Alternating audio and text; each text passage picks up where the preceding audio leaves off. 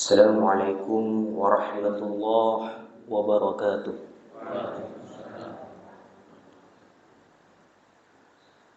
Innal hamdalillah nahmaduhu wa nasta'inuhu wa nastaghfiruh wa na'udzu billahi min shururi anfusina wa min sayyiati a'malina. May yahdihillahu fala mudilla lahu wa may yudlilhu fala hadiya lahu. Asyhadu an la ilaha illallah wahdahu la syarika lah wa asyhadu anna Muhammadan 'abduhu wa rasuluh sallallahu alaihi wasallam. Amma ba'du. Bapak-bapak, ibu-ibu, saudaraku, jamaah salat subuh yang dimuliakan Allah Subhanahu wa taala. Segala puji bagi Allah Subhanahu wa taala yang telah memberikan kita kesehatan dan seluruh nikmat-nikmat sehingga kita bisa berkumpul di tempat yang barokah ini. Allah juga memberikan kita kehidupan sehingga bisa menemui bulan Ramadan. Kita berharap di bulan Ramadan ini kita akan benar-benar mengambil manfaat di bulan suci ini. Ibarat bulan Ramadan ini adalah suatu ladang. Suatu ladang, terserah kita apakah kita berusaha untuk menanami ladang tersebut ataukah tidak. Ataukah kita hanya sekedar menanam tanpa harus memberikan air. Itu semua terserah kita. Tetapi kita berharap ladang yang Allah berikan kepada kita yaitu bulan Ramadan, kita benar-benar manfaatkan sebaik-baiknya. Semoga kita bisa memanfaatkan Ramadan di tahun ini seakan-akan Ramadan akan pergi. Seakan-akan ini adalah Ramadan terakhir kita. Berbicara tentang Ramadan, bapak-bapak, ibu-ibu, Ramadan, kata Ibnu Katsir rahimahullah, diambil secara bahasa dari beberapa kalimat. Ada yang mengatakan Ramadan itu dari kata ar-ramda, yang artinya cuaca yang panas. Jadi biasanya dulu bulan Ramadan itu terjadi pada saat musim panas. Dan memang terkadang di bulan Ramadan kebanyakan adalah musim panas terjadinya. Dan juga dikarenakan Ramadan kita berpuasa, tidak makan dan tidak minum terutama, ada rasa panas dalam tubuh kita. Sehingga kita merasa haus. Oleh karena itu dinamakan bulan Ramadan. Ada yang mengatakan juga Ramadan ini berasal dari kata ar-ramid, yang artinya batu yang terkena paparan cahaya matahari sehingga memanas. Ini semua nanti berkaitan tentang hikmah. Mengapa Allah Subhanahu wa taala menjadikan bulan Ramadan bulan yang suci untuk berpuasa. Seakan-akan Allah Subhanahu wa taala ingin memberitahu kita bahwa Ramadan ini yang berasal dari kata ramdha tadi, bahwa dosa-dosa kita nanti akan terbakar. Sehingga di bulan Ramadan kita harapkan ketika sudah keluar di bulan Ramadan, dari bulan Ramadan dosa-dosa kita sudah nol lagi. Itu hikmah yang pertama. Jadi cuaca yang panas, seperti dalam hadis Nabi Shallallahu Alaihi Wasallam ketika menjelaskan tentang sholat awabin, idza ramidatil fisal. Maksudnya adalah ketika anak unta itu sudah kepanasan. Jadi ketika anak unta sudah kepanasan, itu adalah waktu yang paling afdol untuk melaksanakan sholat duha. Jadi sholat awabin adalah sholat duha yang paling afdol, yaitu dikerjakan pada saat sudah memanas. Cuaca sudah memanas, kurang lebih jam 9 sampai jam 10 pagi. Ketika anak unta sudah bangun dari duduknya saat mereka kepanasan. Makanya Ramidatul Fisal kata Nabi Shallallahu Alaihi Wasallam. Dikatakan juga hikmah seperti batu yang terpanas atau batu yang memanas karena terkena sinar matahari. Hikmahnya, ketika di bulan Ramadan, biasanya bapak dan ibu ini lebih semangat dalam ibadah. Tadinya jarang sholat subuh, tetapi di bulan Ramadan sholat subuh.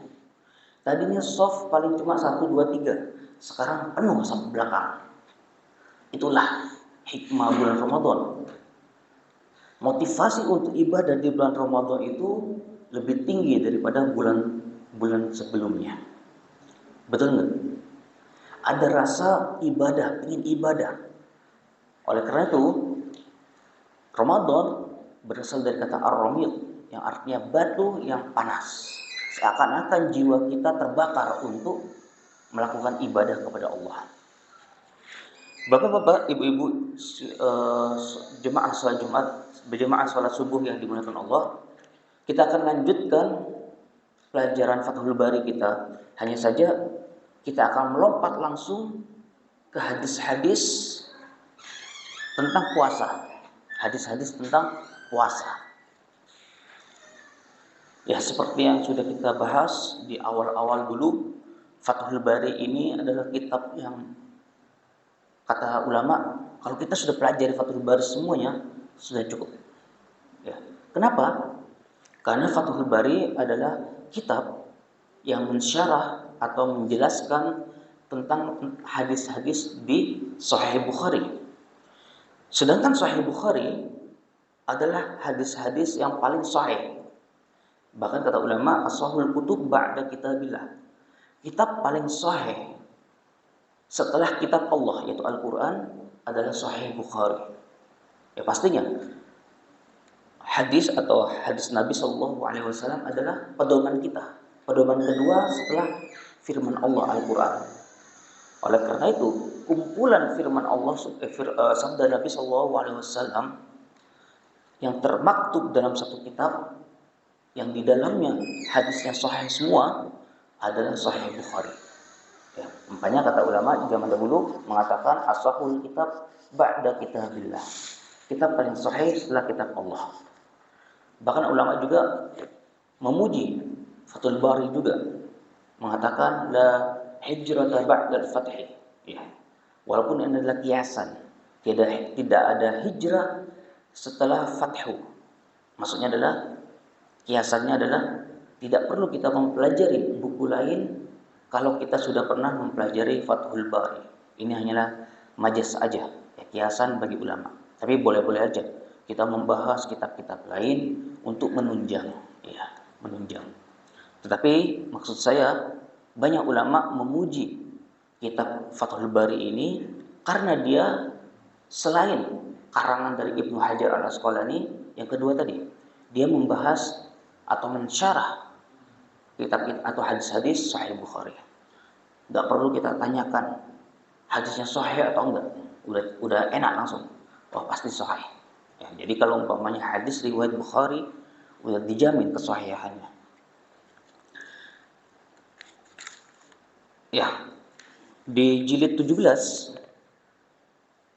Ibnu Hajar Al-Asqalani membuat suatu bab khusus, kitab As-Siyam atau As-Saum, yang artinya puasa. Puasa, bapak-bapak dan ibu-ibu, secara bahasa artinya al-imsak. Jadi imsak itu artinya menahan. Menurut istilah puasa atau as-saum itu artinya adalah menahan makan dan minum serta pembatal-pembatal puasa yang lain, mulai dari terbitnya fajar, ya, atau subuh, sampai terbenamnya matahari, sampai maghrib, karena Allah Ta'ala. Itu maksud dari puasa. Ya, jadi puasa itu adalah menahan. Apa yang ditahan? Makan, minum, syahwat kita, dan seluruh pembatal-pembatal kita hindari pembatal-pembatal puasa, kita hindari karena Allah Ta'ala. Dari subuh sampai maghrib. Ya. Kita akan membahas bab yang pertama dalam kitab Siyam, kitab tentang puasa. Imam Bukhari membawakan judul Babu Wujubi Shaumi Ramadan, bab kewajiban puasa Ramadan. Jadi puasa Ramadan ini wajib, Bu, Pak. Tapi terlalu banyak orang-orang yang nggak mau puasa Ramadan, terutama orang-orang yang kita lihat di pinggir jalan bahkan. Dengan santainya dia makan dan minum, dengan santainya dia merokok. Intinya di bulan Ramadan ini wajib bagi seorang muslim yang berakal dan sudah dewasa, ya, dia untuk berpuasa. Ya, kecuali orang-orang yang tidak diwajibkan puasa. Contohnya wanita yang haid dan nifas tidak wajib puasa. Kemudian yang tidak wajib puasa lagi bagi orang-orang yang sakit tidak wajib puasa. Kemudian yang nggak wajib lagi adalah musafir, dia tidak wajib puasa. Intinya selama kita masih tidak terkena penghalang-penghalang untuk puasa seperti haid dan nifas, dan kita bukan orang yang gila atau berakal, dan kita adalah seorang yang muslim, maka wajib bagi kita berpuasa. Allah Subhanahu wa taala berfirman, jadi Imam Bukhari membawakan ayat, ya ayyuhalladzina amanu kutiba alaikumus shiyam kama kutiba alal ladzina min qablikum la'allakum tattaqun. Wahai orang-orang yang beriman, kutiba, furido, diwajibkan, fardu alaikumus shiyam, bagi kalian puasa, kama kutiba alal ladzina min qablikum, sama seperti kayak nabi-nabi atau rasul-rasul sebelumnya atau umat-umat sebelumnya, diwajibkan juga bagi mereka puasa. La'allakum tattaqun, agar kalian bertakwa kepada Allah. Kemudian Imam Bukhari membawakan hadis, qala rahimahullah, haddatsana Qutaibah bin Sa'id, haddatsana Ismail bin Ja'far an Abi Suhail an abihi an Talha bin Abdullah an A'rabiyyan ja'a ila Rasulullah sallallahu alaihi wasallam sa'irur ra'si. Pernah suatu saat datang kepada Nabi sallallahu alaihi wasallam seorang A'rabi, Arab Badui. Dia rambutnya kusut, sa'ir ra'si. Faqala, kemudian dia berkata, ya Rasulullah, wahai Rasul Allah, akhbirni madza faradallahu alayya minas salat. Kabarkan kepadaku apa yang diwajibkan Allah atasku, ya, tentang salat. Faqala, kemudian Nabi sallallahu alaihi wasallam menjawab, as-salawatul khamsa illa an tatawwa'a syai'an. Yang diwajibkan kepadamu tentang salat adalah salat 5 waktu. Illa an tatawwa'a syai'an, kecuali engkau ingin menambah dengan salat-salat sunnah. Faqala, kemudian orang Arab Badui ini bertanya lagi, akhbirni ma faradallahu alayya minas shiyam. Kabarkan kepadaku wahai Rasulullah, apa yang diwajibkan kepadaku tentang puasa. Faqala, kemudian dia berkata, syahrul ramadhana illa an tatawwa'a syai'an. Yang wajib bagi kalian adalah puasa Ramadan. Illa an tatawwa'a syai'an, kecuali engkau ingin melaksanakan salat sunnah, puasa sunnah. Faqala, akhbirni ma faradallahu alayya minaz zakah. Kabarkan kepadaku tentang kewajiban zakat. Faqala, akhbarahu Rasulullah SAW bi syara'i al-Islam. Kemudian Rasulullah menjelaskan tentang zakat, tentang syariat Islam. Qala, walladzi akramaka bil haqq. Wahai Rasulullah, demi zat yang mengutusmu dengan kebaikan, dengan kebenaran, la atatawwa'u syai'an wa la anqusu mimma faradallahu alayya syai'an. Aku tidak akan melaksanakan yang sunnah-sunnah. Aku mencukupkan dengan sesuatu yang wajib saja. Jadi Arab Badui ini membuat suatu klaim, ya, saya tidak akan melaksanakan sholat sunnah, saya tidak akan melaksanakan sholat puasa sunnah, saya hanya mengerjakan yang wajib-wajib saja. Faqala Rasulullah SAW, kemudian Rasulullah SAW bersabda, aflaha in sadaq. Dalam riwayat lain, au dakhala al-jannah in sadaq. Apabila dia benar, jujur dengan perkataannya, dia akan aflah, dia akan berhasil atau dia akan menang. Dalam riwayat lain, au dakhalal jannah in shadaq. Dia akan masuk surga apabila dia benar atau perkataannya dia tepati.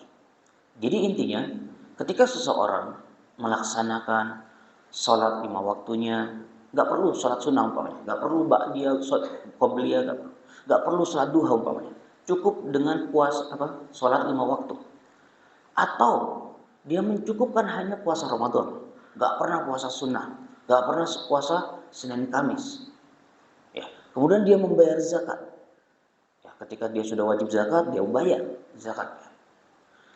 Seandainya dia cuma melakukan hal tadi yang wajib saja, insya Allah dia akan masuk surga. Tetapi apabila kita menambah dengan sunnah-sunnah, itu pastinya lebih baik, lebih dicintai oleh Allah.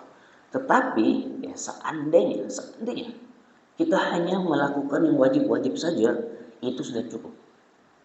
Ya, itu sudah cukup. Oleh karena itu, sesuatu yang wajib jangan sampai ditinggalkan. Oleh karena itu dalam hadis, ya, perempuan itu masuk surga cuma modal 4 hal aja. Dia akan masuk surga dari pintu mana saja. Pertama, dia sholat 5 waktu. Yang kedua, kata Nabi, dia puasa Ramadan. Yang ketiga, dia menjaga kemaluannya. Yang keempat, dia taat kepada suami. Dia akan masuk surga dari pintu mana saja. Bebas masuk dari mana saja. Ini menunjukkan sesuatu yang wajib, ya, apabila dikerjakan pahalanya lebih besar. Hanya saja puasa yang sunnah atau sholat yang sunnah itu sangat penting juga. Itu menunjukkan bahwa kita semakin cinta kepada Allah. Dan juga puasa-puasa yang sunnah ini atau yang sholat-sholat yang sunnah ini bisa menambal, mungkin dulunya waktu kita masih jahil, ya, kita sering meninggalkan sholat. Nah, dengan sholat-sholat yang sunnah, atau kita sering meninggalkan puasa dulu zaman dahulu, dengan puasa-puasa sunnah diharapkan sesuatu yang bolong ini bisa tertutupi. Itu maksudnya, ya. Kemudian Imam Bukhari membawakan hadis yang lain. Haddatsana Musaddad, haddatsana Ismail an Ayyub an-Nafi' an Ibnu Umar radhiyallahu anhuma. Dari sahabat Abdullah bin Umar, anak Umar bin Khattab radhiyallahu anhuma. Beliau adalah salah satu sahabat yang paling ingin mencontoh Nabi, Abdullah bin Umar. Salah satu dari sahabat yang bernama Abdullah. Jadi dulu terkenal dengan Abadillah al-Arba. Jadi ada 4 sahabat junior yang namanya Abdullah. Salah satunya adalah Abdullah bin Umar. Ada juga Abdullah bin Amr bin As. Ada juga Abdullah bin Zubair. Ada juga Abdullah bin Abbas. Mereka semua adalah sahabat junior yang banyak meriwayatkan hadis-hadis Nabi. Qala, beliau bersabda, "Shoma Nabi sallallahu alaihi wasallam."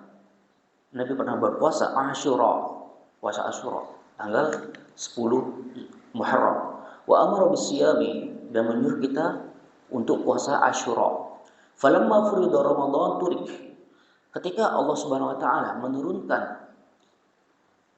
wahyu tentang diwajibkan puasa Ramadan, maka puasa Asyura turik, ditinggalkan. Wa kana Abdullah la yasumuhu illa yuwafiqa shaumah. Makanya Abdullah bin Umar tidak pernah puasa Asyura lagi ketika sudah diwajibkan puasa Ramadan. Jadi gini, dulu puasa Ramadan itu belum disyariatkan. Puasa Ramadan ini disyariatkan ketika Nabi SAW sudah hijrah ke kota Madinah. Sebelumnya puasa apa? Yang diwajibkan dulu adalah puasa Asyura. Puasa 10 Muharram. 1 hari aja. Ya. Tetapi ketika, kata Abdullah bin Umar, ketika diturunkan tentang perintah syariat puasa Ramadan, maka puasa Asyura ini ditinggalkan. Ya, sama Abdullah bin Umar, kecuali puasa Asyura ini bertepatan dengan puasa yang lain. Contohnya kayak puasa Senin Kamis, mungkin bertepatan dengan puasa-puasa yang lain yang biasa dia lakukan, maka dia lakukan puasa Asyura. Jadi intinya, dulu puasa Asyura ini adalah puasa yang diwajibkan sebelum puasa Ramadan. Kemudian diganti dengan puasa Ramadan. Begitupun juga dulu diwajibkan sebelum sholat 5 waktu, sebelum Nabi Muhammad SAW Isra Mi'raj, yang diwajibkan adalah sholat malam. Ya, sholat malam. Tetapi ketika sudah turun syariat tentang sholat 5 waktu, maka salawat atau sholat malam dihapuskan. Seandainya diwajibkan sholat malam mungkin lebih sulit ya, lebih sulit. Hadatsana Qutaibah an Sa'id hadatsana Laisu an Yazid bin Abi Habib anna Iraq bin Malik hadatsana an Urwa akhbaru an Aisyah anna Quraisyan kanat tasumu yaum Asyura fil jahiliyah. Orang-orang Quraisy zaman dahulu berpuasa puasa Asyura di zaman jahiliyah. Summa amar Rasulullah sallallahu alaihi wasallam bisiyami hatta furida Ramadan. Kemudian Rasulullah sallallahu alaihi wasallam mewajibkan kepada hambanya atau umatnya untuk berpuasa. Puasa Asyura maksudnya. Wa qala Rasulullah sallallahu alaihi wasallam man syaa'a falyasum wa man syaa'a afṭar. Barang siapa yang mau puasa setelah diturunkan puasa Ramadan, barang siapa yang pengen puasa silakan, yang enggak mau puasa juga enggak masalah. Artinya puasa Asyura yang tadinya wajib jadi sunnah. Ya, begitu ya. Jadi hukumnya dimansuh, yang tadinya wajib menjadi sunnah. Kemudian di bab kedua Imam Bukhari membawakan suatu bab namanya babu fadlis shiyam, bab keutamaan puasa. Hadatsana Abdullah bin Maslamah an Malik an Abi Zinad an Al-A'raj an Abi Hurairah radhiyallahu anhu. Abi Hurairah adalah salah satu sahabat yang paling banyak meriwayatkan hadis. Ya. Beliau meriwayatkan hadis lebih dari 6.000. Ada beberapa hal kenapa Abu Hurairah adalah sahabat yang paling banyak meriwayatkan hadis. Padahal beliau ini 3 tahun sebelum Rasulullah wafat baru masuk Islam. Jadi dia termasuk yang akhir-akhir masuk Islamnya. Tapi mengapa Abu Hurairah ini paling banyak meriwayatkan hadis? Salah satu alasannya Rasulullah pernah mendoakan Abu Hurairah dengan kebaikan, bahwa hafalannya akan kuat. Jadi sekali dengar langsung hafal.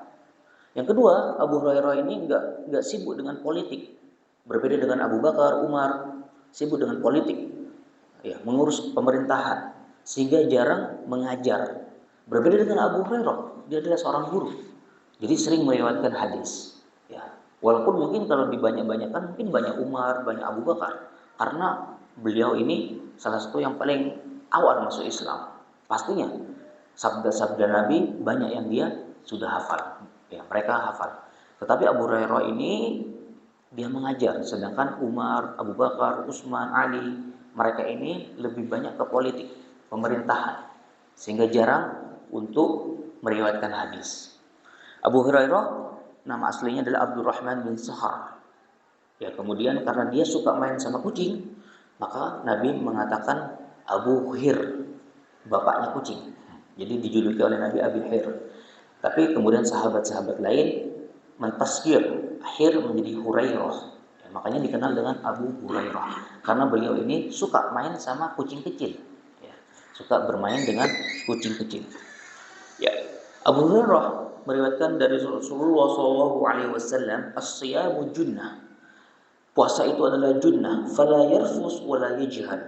Janganlah kalian yarfus berkata porno, wala yajhal. Janganlah juga melakukan perbuatan-perbuatan jahil. Wa ini mru'un qatalahu aw syatamahu falyaqul inni sha'im. Apabila ada orang yang nyari gara-gara kalian, nyari masalah, aw syatamahu, atau dia ngejek kita, menghina kita, falyaqul, katakanlah inni sha'im. Katakanlah aku sedang berpuasa. Marratain, 2 kali. Inni sha'im, inni sha'im. Walladzi nafsi biyadi, demi jiwaku yang berada di tangannya, kata Rasulullah, la khulufu famis sha'im atyabu indallahi min rihil misk. Sesungguhnya mulut orang yang berpuasa itu lebih wangi di sisi Allah daripada seseorang yang memakai minyak misk. Yatsruku ta'amuhu wa syarabuhu wa syahwatuhu min ajli. Kenapa? Karena dia sudah meninggalkan ta'am, makanannya, wa syarabuhu, minumannya, wa syahwatuhu, dan meninggalkan syahwatnya min ajli, kata Allah. Karenaku. As-siyamu li wa ana ajzi bih. Siam itu, puasa itu untukku dan aku yang langsung akan memberikan pahala kepadanya. Wal hasanatu bi asyri amsalihha, dan kebaikan itu akan dibalas 10 pahala. Sebenarnya satu hadis ini bisa kita bahas berjam-jam. Tetapi mungkin kita akan sedikit singkat agar kita banyak membahas hadis-hadis yang lain. Pertama, kata Nabi sallallahu alaihi wasallam, as-siyamu junnah. Puasa itu adalah perisai. bisa perisai dari api neraka, ya, bisa juga perisai dari syahwat kita. Contohnya hadis sallallahu alaihi wasallam, ya ma'syaras syabab, wahai pemuda, man istata'a minkumul ba'a, barang siapa di antara kalian sudah siap untuk menikah, sudah mampu untuk menikah, falyatazawwaj, maka menikahlah, fa innahu aghaddu lil basar, karena akan menjaga pandangan, wa ahsanu lil farj, dan dapat menikah itu dapat menjaga kemaluan. Wa man lam yastati, barang siapa di antara kalian tidak mampu untuk menikah, fa'alaihi bisiyam, maka puasalah. Maka puasalah. Fa inna lahu wija, karena puasa itu adalah perisai. Jadi puasa ini bisa melindungi syahwat kita. Biasanya kalau orang yang puasa, syahwatnya menurun. Ya, jadi kalau umpamanya kita ini sudah wajib puasa, sudah menggebu-gebu syahwatnya, maka menikahlah. Insya Allah Allah akan bantu. Tetapi seandainya dia merasa tidak mampu, tidak pede untuk menikah, maka perbanyaklah puasa. Perbanyaklah puasa untuk menekan syahwatnya. Oleh karena itu, kata Nabi, as-siyamu junnah. Puasa itu adalah perisai dari syahwatnya. Begitupun juga puasa ini bisa menjadi perisai kita dari api neraka. Makanya dalam suatu hadis, man shama, barang siapa yang puasa, yauman fi sabilillah, satu hari saja karena Allah Ta'ala, di jalan Allah, ba'adallah, Allah akan jauhkan orang tersebut, ya, minan nar, dari api neraka, sab'ina kharifan, selama 70 tahun. Jadi seperti seakan perjalanan 70 tahun. Ya, kita sekarang umurnya berapa? Masih mungkin 30, 40. Ya, intinya juga Allah akan menjauhkan neraka sejauh-jauhnya untuk dia, hanya bermodal puasa satu hari. Ya, ini menunjukkan puasa sebagai junnah, sebagai perisai. Dalam hadis lain, innamas siyamu junnah, sesungguhnya puasa itu adalah junnah, perisai. Yastajinnu bihal 'abdu minan nar, yang dapat menjaga dia dari api neraka, dalam hadis yang lain. Intinya puasa dapat menjaga orang tersebut dari api neraka. Fala yarfus wala yajhal. Puasa salah satu pembatalnya, atau puasa salah satu yang bikin puasa itu pahalanya berkurang, bahkan mungkin tidak dapat pahala, adalah orang-orang yang yarfus. Yarfus dari rafatha, yang artinya porno atau sesuatu yang cabul. Ketika kita berpuasa, jangan berkata-kata yang buruk intinya. Ya, termasuk juga ghibah. Ya, termasuk juga memfitnah, menjelek-jelekan. Suatu hal-hal yang berkaitan tentang lisan kita, jangan kita lakukan. Oleh karena itu, ketika kita berpuasa, jagalah lisan kita. Ya, jagalah lisan kita. Jadi intinya, yarfus ini fi'il madhinya bisa rofatha, bisa rofitha, bisa rofusa. Ya, bisa tiga, bisa didomahkan, bisa difathahkan, bisa dikasrahkan. Artinya dia berbicara tentang yang cabul, berbicara tentang yang keji. Ya, itu gak boleh kita lakukan ketika di bulan Ramadan. Wala yajhal, artinya janganlah ia melakukan perbuatan-perbuatan yang jahil, yang bodoh, seperti berteriak-teriak, ya, kemudian melakukan hal-hal yang menurut orang ini tidak pantas sebagai seorang muslim. Ya, jadi intinya di bulan puasa juga kita harus, selain menjaga makan dan minum kita juga harus menjaga lisan kita dan perbuatan kita. Kemudian, wa ini mru'un qatalahu aw syatamahu, apabila ada orang yang nyari masalah kepada kita, menghina kita, ngajak tengkar kepada kita, ngajak tawuran, maka falyaqul inni shaim, maka katakanlah sesungguhnya aku lagi puasa. Ya. Ulama khilaf, apakah diucapkan secara dhahir, umpamanya diucapkan dengan keras, inni shaim, atau saya puasa, jangan ganggu saya lagi puasa nih, habis puasa nanti hati-hati. Enggak juga gitu ya. Jadi intinya katakanlah saya lagi puasa, jangan jangan nyari masalah gitu. Jangan nyari masalah, saya lagi puasa. Gak apa-apa. Biasanya orang yang dikatakan seperti itu dia selama fitrahnya masih baik, dia tidak akan mengganggu kita lagi. Kecuali dia memang jahat, suka mengganggu kita. Ketika kita katakan ini shaim, dia malah ganggu. Ya. Jadi seperti itu. Ya, tapi jangan juga ya, sekarang saya puasa, nanti malam saya tunggu. Enggak juga. Jadi intinya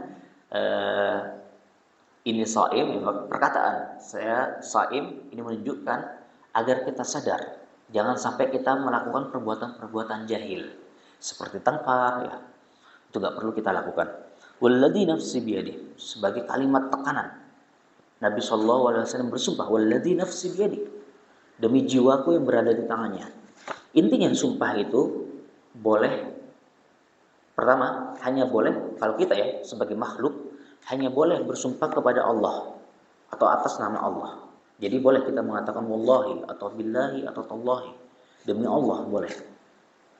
Atau menggunakan nama-nama sifat-sifat Allah atau nama atau sifat Allah. Seperti tadi, walladzi nafsi biyadi, demi jiwaku yang berada di tangannya, itu boleh juga. Sering diucapkan oleh Nabi, demi jiwaku yang berada di tangannya. Jadi sifat tangan adalah sifat yang Allah miliki. Oleh karena itu kita boleh bersumpah dengan hal itu. Kita gak boleh bersumpah kepada selain Allah atau sifat-sifat Allah. Contohnya demi bapak ibuku gak boleh. Bahkan kita gak boleh juga bersumpah dengan nama Nabi, demi Muhammad, demi Nabi Muhammad, demi Nabi, demi Rasul gak boleh. Ya, berbeda dengan Allah. Kalau Allah sang Khalik boleh bersumpah dengan apa saja. Ya, banyak di dalam Al-Quran Allah bersumpah dengan waktu, contohnya wal asr, wad duha. Allah juga bersumpah dengan selain waktu, ya, bersumpah dengan nama benda, makhluknya, wasyams, waduha, demi matahari, wal qamar, dan banyak, wadh-dhariyati dzarwa, kuda. Jadi intinya, kalau Allah bebas sumpah dengan apa saja, tetapi kita sebagai makhluk nggak boleh bersumpah kecuali dengan nama Allah atau nama sifat-sifatnya. Kata Abdullah bin Mas'ud, saya lebih suka orang berbohong daripada dia.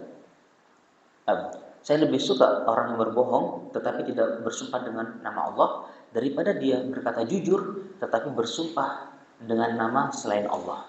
Kenapa? Karena bersumpah dengan nama selain Allah itu syirik. Walaupun syiriknya masih syirik kecil. Tetapi ingat, syirik kecil itu adalah dosa besar. Jadi lebih baik kita tinggalkan. Ya. Walaupun itu hanya syirik kecil, tapi tetap dosanya lebih besar daripada dosa-dosa yang lain. Daripada mencuri, membunuh, syirik kecil itu lebih besar. Makanya kata Abdullah bin Mas'ud, saya lebih suka orang itu berbohong daripada dia mengatakan sesuatu yang benar, tapi bersumpah dengan nama selain Allah. Ya, kita lanjutkan. Walladzi nafsi biyadihi la khulufu fami as-sha'im atyabu 'inda Allah min rihil misk. Seseorang yang berpuasa mulutnya lebih wangi di sisi Allah Subhanahu wa taala daripada seseorang daripada minyak al-misk. Banyak ulama menjelaskan maksud wanginya itu seperti apa. Ada yang mengatakan ungkapan itu adalah majas untuk menunjukkan bahwa Allah dekat dengan orang-orang yang puasa. Majas saja. Padahal bau sebetulnya. Cuma itu majas bahwa Allah dekat sama dia, suka dengan perbuatan dia, yaitu puasa. Ya, dia rela mulutnya bau demi puasa.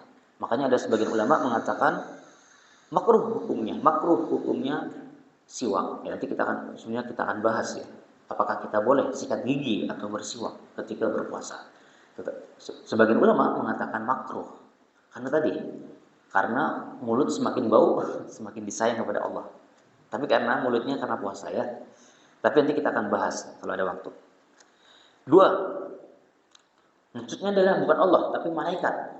Jadi malaikat sangat sayang kepada dia.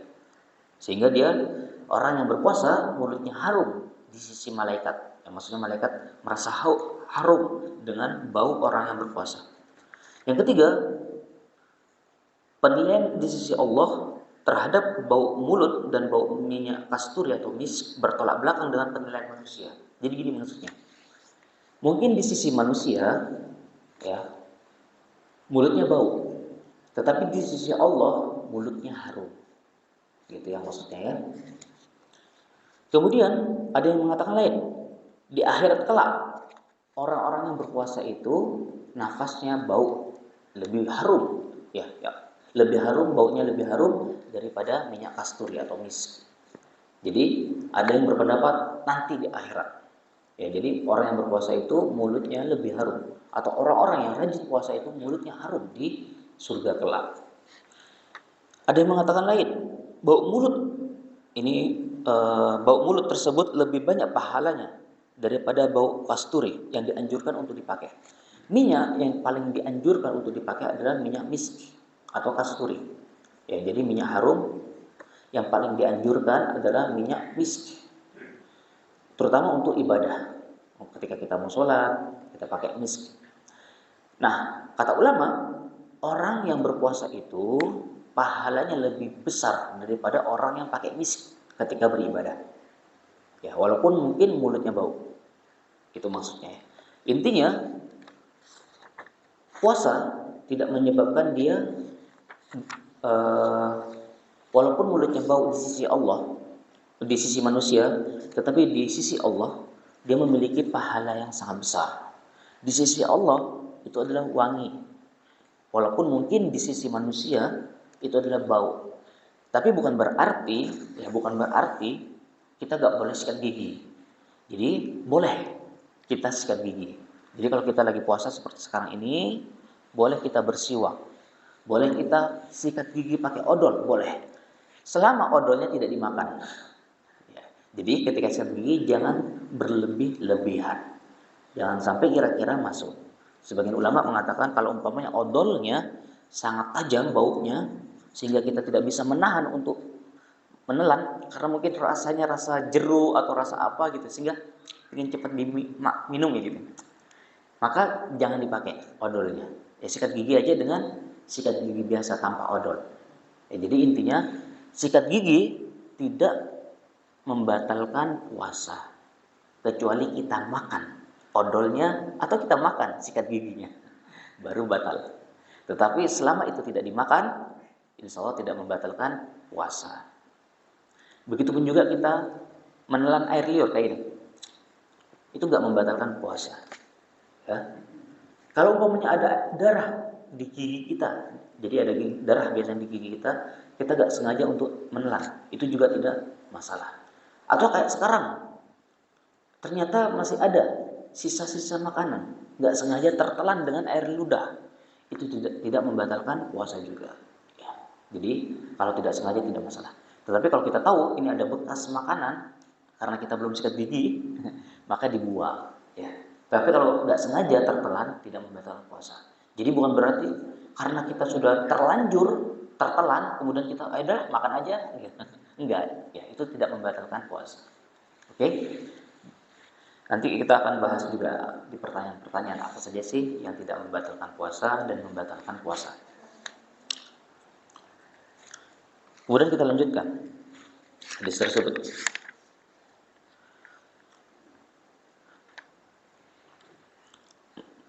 Yatruku ta'amahu wa syahwatuhu min ajli. Dia meninggalkan makanan minumannya karenaku. Oleh karena itu Allah Subhanahu wa taala mengatakan as-siyamu li wa ana ajzi. Puasa itu untukku dan aku langsung yang akan memberikan pahala. Wal hasanatu bi asyri amsaliyah. Dan satu kebaikan itu setara dengan 10 kebaikan. Jadi gini, setiap ibadah pada dasarnya selain puasa itu nominalnya sudah ada. Nominalnya sudah jelas. Contohnya, kita sholat 5 waktu atau di masjid sholat jemaah, pahalanya 27. Udah jelas. Kita membaca Al-Quran satu huruf dihadiahi 10. Ya, kata Nabi, "Man qara'a harfan min kitabillah falahu hasanah wal hasanatu bi asyri amsaliyah." Barang siapa yang membaca satu huruf min kitabillah dari Al-Quran, falahu hasanah, maka itu kebaikan. Dan satu kebaikan itu diganjar 10 pahala. Jadi intinya nominalnya sudah ada. Nominalnya sudah ada. Ya. Angkanya sudah ada. Berbeda dengan puasa. Berbeda dengan puasa. Puasa itu gak ada nominalnya. Makanya kata Rasulullah SAW, ya, dalam hadis qudsi ya, fa innahu li wa ana ajzibi. Dan puasa itu untukku dan aku langsung yang akan memberikan pahala. Artinya kita nggak tahu berapa sih pahala yang sangat besar yang akan kita dapatkan karena langsung Allah yang memberikan pahala. Ibaratnya gini, kita adalah biro jasa atau kita pemilik biro jasa. Ya, biro. Ketika ada orang yang biasa datang, paling yang melayani adalah karyawan. Seandainya yang datang adalah orang penting, kayak presiden mungkin, atau menteri mungkin, atau Pak Gubernur mungkin, atau Pak Bupati, biasanya langsung pemiliknya yang akan melayani orang penting tersebut, ya kan ya, bukan karyawannya, tapi langsung datang pemiliknya, langsung dia yang akan memberikan atau menjelaskan bagaimana jasa yang dia akan tawarkan. Ya, berbeda kalau yang datang adalah orang-orang kiri, orang-orang kecil. Nah, yang lain ini biasanya adalah karyawannya saja. Bahkan biasanya diputar-putar, dipental sana, diputar sini. Berbeda kalau umpamanya yang datang adalah orang-orang penting. Maka yang melayani langsung biasanya pemiliknya. Ini menunjukkan ketika orang yang berpuasa, Allah langsung yang akan memberikan pahala. Ya, Allah langsung yang akan turun tangan memberikan pahala. Pastinya kalau Allah yang memberikan pahala, pahalanya lebih besar. Ya. Kenapa Allah langsung yang memberikan pahala? Tadi, karena dia meninggalkan makan, meninggalkan minum, meninggalkan syahwatnya karena Allah. Jadi, begitu salah satu keutamaan puasa yang akan kita laksanakan. Jadi sebenarnya masih banyak ya keutamaan-keutamaan lain dalam puasa. Tapi karena waktu kita nggak mencukupi dan kajiannya cuma sebulan sekali, jadi intinya ya baru dapat 2 bab saja. Ya, tapi semoga aja ilmunya berkah. Yang penting kita semangat dalam menjalani ibadah puasa.